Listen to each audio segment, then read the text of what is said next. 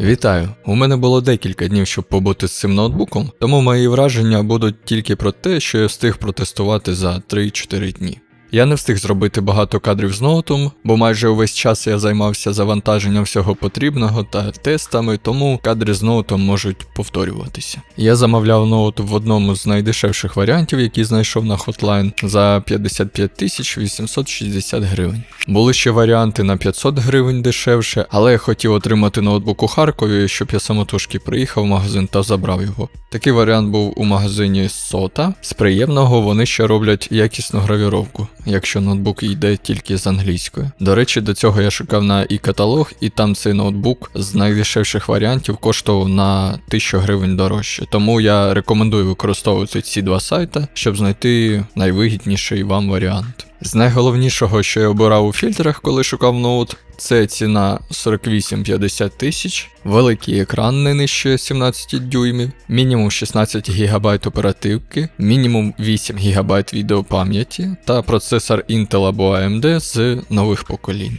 Були варіанти ноутбуків з RTX 2070, але там і прос був вже старого покоління, і сама відеокарта вже стара, і ще 512 ГБ пам'яті. Додавши 5К, ми отримали потужний проц нового покоління, актуальна потужна відеокарта RTX 3070, 1 ТБ пам'яті та ще й ліцензія Windows 11. Матеріали та якість збірки. Ноут має металеву верхню кришку, все інше пластик. В цілому ноут відчувається як якісно зібраний продукт. При відкритті екрану це особливо відчувається. Шариніри екрана в міру тугі, але при цьому екран можна без зусиль відкрити однією рукою. Після відкриття екран добре тримається та не хитається, коли граєш та клацаєш по клавіатурі. Відбитки збирає не швидко і їх легко можна витерти. А якщо ви купите цей ноут, хочу вам порадити не зривати ці наклейки, або зривати, але знайти, як їх правильно зривати, бо після того, як я зірвав, залишився клей, який дуже складно прибрати. Екран. Роздільна здатність 1920 на 1080. Чого я боявся, це те, що по цифрам тут мала плотність пікселів, а саме 127 ppi. Я думав, що я буду бачити пікселі, але на щастя все добре, і я не побачив їх. Чіткість картинки достатня, не відчувається мала кількість ppi. Завдяки Full HD у іграх можемо мати велику кількість FPS. Якщо б сюди поставили 2К, то це вбило б всю продуктивність у іграх. Про FPS в іграх ми поговоримо далі у розділі продуктивності. Перше, що кидається в очі, це звісно 360 Гц, та що це екран 17 дюймів. Круто мати великий екран та високу герцовку на дорогому ноутбуці. Але звісно, щоб побачити 300 плюс FPS у грі, або хоча б 120 FPS, потрібно мати топове залізо чи ставити графічні налаштування на мінімум. Звісно, ноутбучна 3070 це не про мільйон FPS у іграх, але у деяких сучасних іграх все ж можна мати 150 плюс FPS на максималках. Все залежить від оптимізації гри. Яскравість екрана достатня, щоб було комфортно у день, а вночі на максимальній яскравості буде вам прожектор у очі. Про засвіти та всі такі інші приколи нічого сказати не можу, бо я цього не помітив під час звичайного використання, тому я навіть і не йшов перевіряти на чорному, на білому. Дивлячись на екран під кутами, також проблем нема, все добре видно. В цілому приємний якісний екран, ви будете задоволені від нього. Для себе я не побачив якихось недоліків. Камера та мікрофони. Приблизно так будуть вас чути та бачити, коли світло десь там, голос, є обробка у програмі, зараз вона включена. І ось зараз я вимкнув, говорю, увімкнув, говорю, ось так. І тепер зробимо світло, щоб світило в обличчя. І ось така якість, коли є світло в обличчі. До речі, коли використовується камера, ми можемо бачити, що вона використовується. Непогана камера, нормальний звук з мікрофонів, але є питання щодо того, як тебе будуть чути, коли комп буде працювати на максимум у іграх. Звук. Звук ноута. Звичайний ноутбучний. Для перегляду відео або фільмів буде достатньо. А для ігор треба використовувати навушники, бо ноут під нагрузкою буде шуміти. Покажу вам приклади, як звучить якісна акустика, як звучить ноутбук та як звучить дешева Bluetooth-колонка. Думаю, те, що ви почуєте, буде достатньо, щоб зрозуміти, як звучить ноутбук.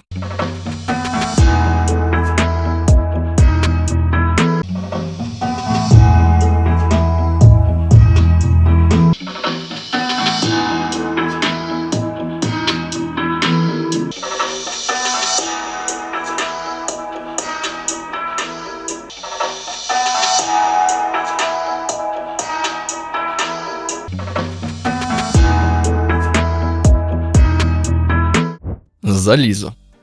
За цю ціну це топ, що можна отримати. Windows 11, розмір 17,3 дюйми, Full HD, 360 Гц екран. Проц Core i7 12700H, скільки там мільйонів ядер ви бачите на екрані, відеокарта RTX 3070, 8 ГБ відеопам'яті, відеокарта лімітом 105 Вт. Оперативки тут 16 ГБ, дві планки по 8, DDR4 3200 МГц, накопичувач NVMe 1 ТБ.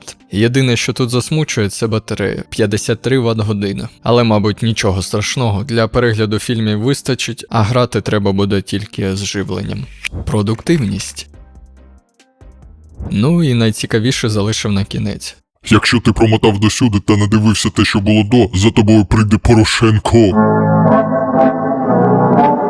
Так, ось тримайте скрін швидкості SSD. Також можете глянути на ось цю штуку. Можна підключити SSD як флешку і мати велику швидкість. Продуктивність. Я був приємно здивований, я очікував, що цього заліза вистачить максимум на середні налаштування у сучасних іграх, але я отримав ноут, який може запустити The Last of Us Part 1 на ультрах і не лагати. На жаль, у мене було мало днів на тести у іграх, які ще треба було завантажити. До речі, вам лайфхак, як швидко завантажити гру. Якщо у вас на компі у Steam є якась встановлена гра, яку ви хочете завантажити на ноут, в налаштуваннях Steam поставте дозвіл на завантаження з любих локальних мереж і починайте завантажувати гру. Обмежувати швидкість буде лише ваш роутер. Перейдемо до ігор. Максимальна потужність у налаштуваннях Windows 11, максимальна потужність в MSI Center, всі драйвера найновіші на момент запису теста, деякі ігри запускав з підставкою під ноутбук, деякі без підставки. The Last of Us. Версія гри 1.041, ноутбук без підставки. Налаштування гри 1080p, DLSS на якість, ефекти всі на максимум, налаштування графіків встановлені пресетом High, всі інші налаштування я не змінював. Ноут видає приємний результат, але гра досі недостатньо оптимізована, наприклад, у катсценах ми маємо гарну оптимізацію, відеокарта працює на 100%, а під час геймплею бувають моменти, коли чомусь відеокарта працює не на максимум, тому ми отримуємо падіння FPS.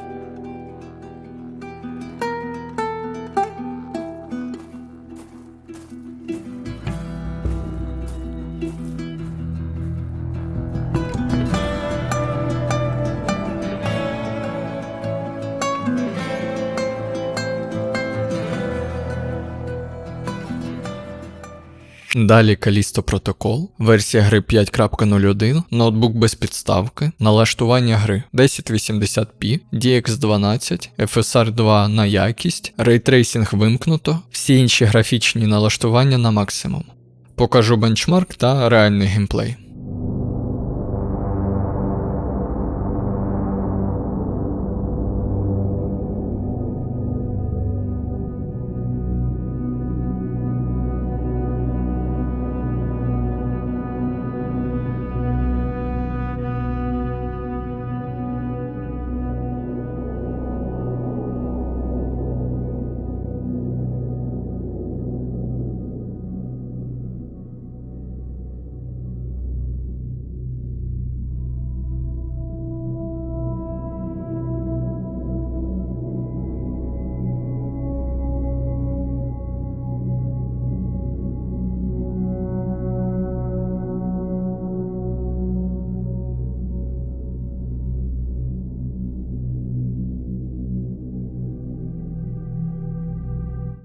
Гра використовує відеокарту на максимум, але сама гра любить часто щось підзавантажувати і робить це так, щоб ти це побачив. Ох уж ці нові технологічні рушії, на яких легко та без проблем можна робити якісні ігри. Єдине, що допоможе з цією проблемою, це сісти і без перерви багато грати. Десь через 30 хвилин, коли все, що можна підзавантажиться, гра буде працювати набагато плавніше.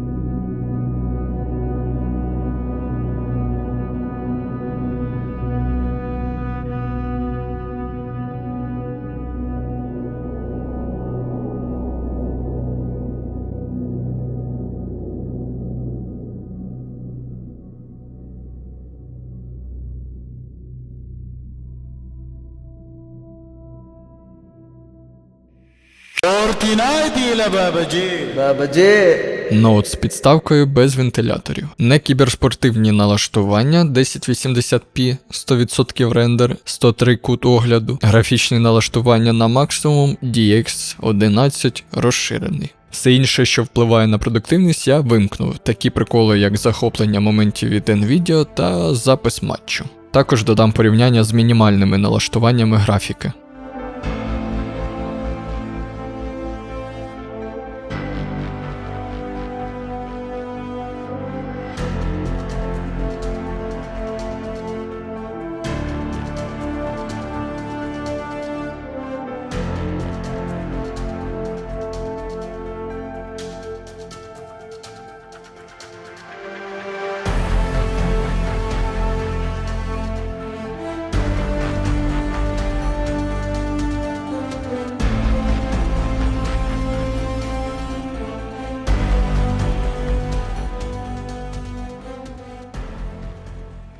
Crash Bandicoot 4 It's About Time. Ноут з підставкою без вентиляторів, 1080p, всі графічні налаштування на максимум.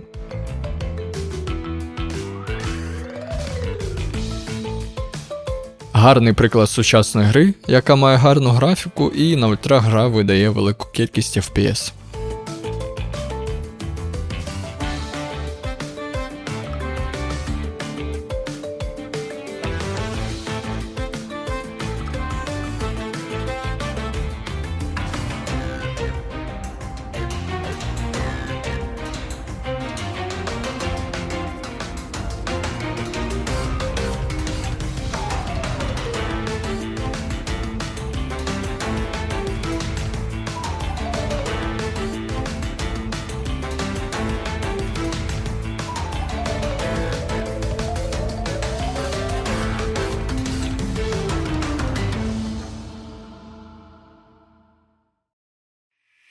Shutterline – ноутбук без підставки. 1080p, FSR на ультра якість, також покажу без FSR, NVIDIA Reflex увімкнено плюс Boost. Всі інші налаштування на максимум. Отримуємо велику кількість FPS, хоча відеокарта працює не на максимум.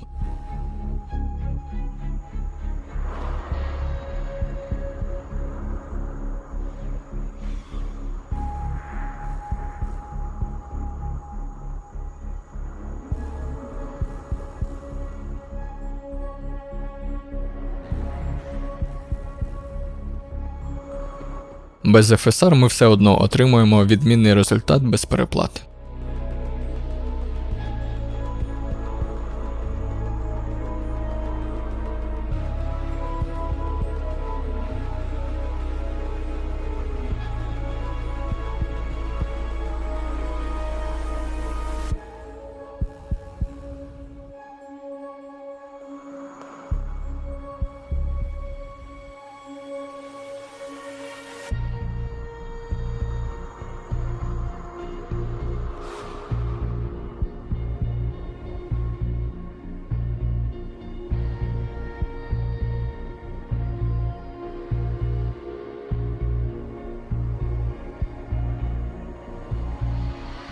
Tomb Raider 2013 року. Ноут з підставкою без вентиляторів. 1080p, всі графічні налаштування на максимум.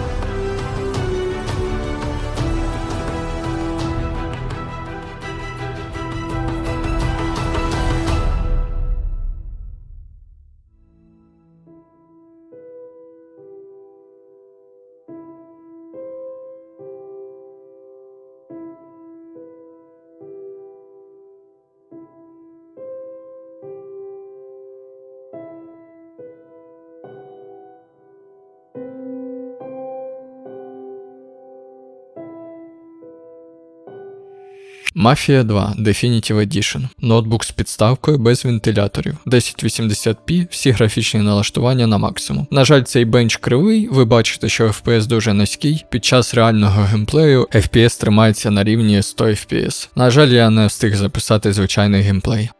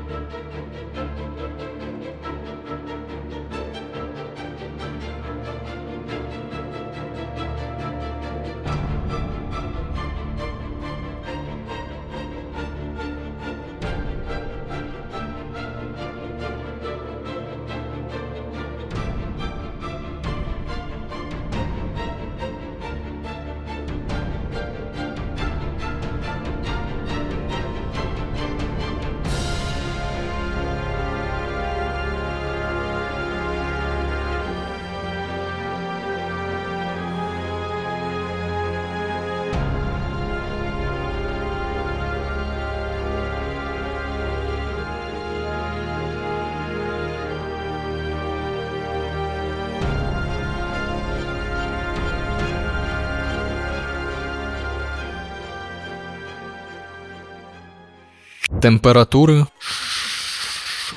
На жаль, система охолодження не ідеальна, тому MSI вирішили виправити це високими оборотами вентиляторів та зниженням частоти відеокарти та процесора. Використовуючи підставку або навіть кришки від бутилок, допоможуть знизити температуру відеокарти та підняти її частоту. А процесор працює трішки по-іншому, він тримає одну і ту саму температуру, але піднімається частота. Температури без підставки високі, тому грати рекомендую тільки з підставкою, а ще краще підставка з вентиляторами. Або якщо у найближчий час у вас не буде підставки, використовуйте ліміт на 60 FPS у іграх, щоб ноут не працював на 100%. І зараз ви побачите, а точніше почуєте, як працює система охолодження у звичайному сценарії, коли ви використовуєте браузер і на фоні у вас є ще декілька відкритих програм. Режим продуктивності Windows 11 обраний максимальне збереження, у MSI також обраний тихий режим, і не забувайте, що підключене живлення, тобто ноут не обмежує себе тим, що йому треба зберігати заряд батареї.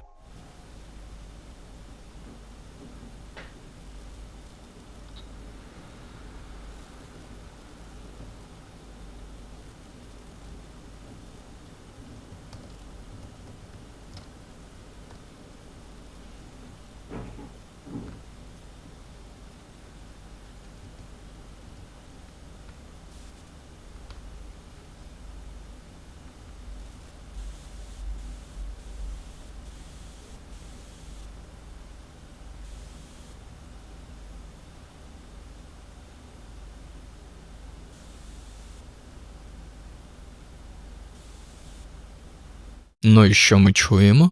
Та нічого. Рівень фонового шуму та особистий шум камери гучніше, ніж система охолодження на мінімальних обертах. Єдине, що мені не сподобалося, це коли вентилятори починають працювати, чутно якийсь електричний звук. Ось ви можете його почути. А тепер запустимо цей F16 та послухаємо, як він співає. Зараз Windows 11 обрано максимальну продуктивність, в MSI також на максимум. Ми можемо почути тільки крик допомоги від вух, щоб ми використовували навушники.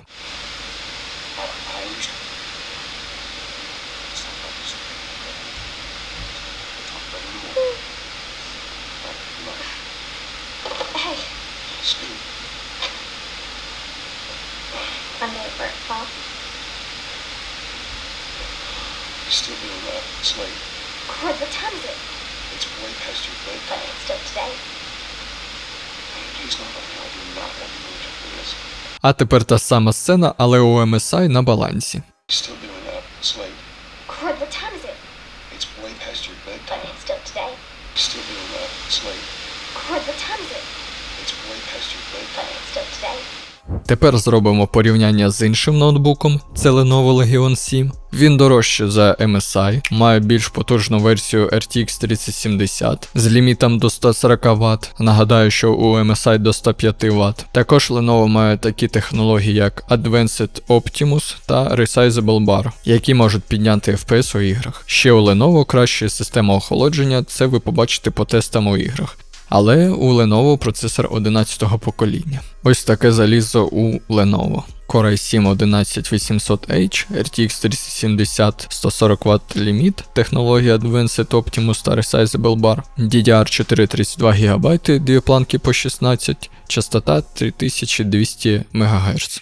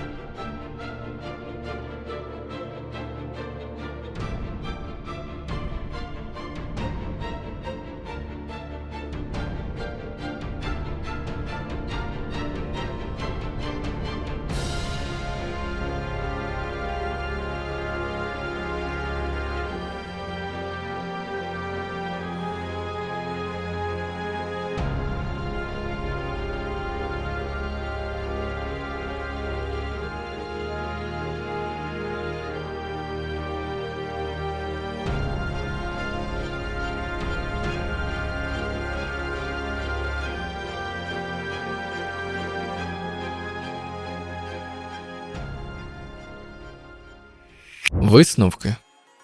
Як на мене, топовий ноутбук з того, що було у наявності в Україні під кінець квітня, з плюсів це ціна. Та потужність, яку дає цей ноут за цю ціну, мене здивувала. Я не очікував такого високого результату. Плюс бренд. Мати ноут від топового бренду – це добре. Це дає гарантії того, що драйвера будуть оновлюватися довго. Плюс продуктивність, ті ж самі слова, що й у ціни, неймовірна потужність за малі гроші. Плюс екран, приємний на погляд, не побачив у звичайному використанні якихось недоліків, ну і звісно 360 Гц. Думаю, тут і 120 Гц було би достатньо, але маркетинг не спить. Плюс якість збірки. Відчувається як продукт, на який не пожалкували грошей. Так, тут є пластик, але він точно не з дешевих сортів. Плюс комплект на Windows 11. З мінусів. Мінус – охолодження. Не дуже ефективне охолодження, грати тільки з підставкою, бажано з вентиляторами, щоб отримати максимально більшу частоту з відеокарти та процесора. Хоча температури не сильно впадуть, але в підсумку отримаєте більше FPS у іграх. Мінус в відсутності таких технологій, як Advanced Optimus та Resizable Bar, які могли би дати приємний буст FPS, який ми побачили у ноутбуці Lenovo, там ці технології є.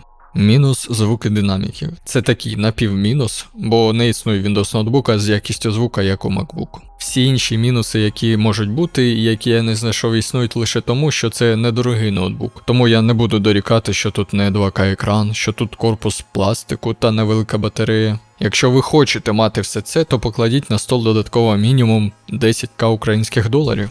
Для мене цей ноутбук – це ідеальний баланс між продуктивністю, ціною та якістю. Тому якщо ви зараз дивитеся на цей ноут і хочете його купити, він вас точно приємно здивує. Звісно, якщо вам ок ті мінуси, про які я розповів. Постскриптум. Якщо хтось з відділу MSI подивився цей відос, то дайте мені для огляду якийсь інший свій ноут, щоб я його облизував, бо моя покупоспроможність всього один ноутбук за 10 років. От така ось сумна ситуація, да. Хочеться клацати більше MSI ноутбуків, але... MSI, де ж ви, дайте мені щось. Це все, на цьому буду закінчувати, більше мені нічого сказати. Все, що я встиг та те, що мене цікавило, я перевірив, затестував та вам показав. Якщо у вас є якісь питання, то пишіть у коментарі, спробую вам відповісти.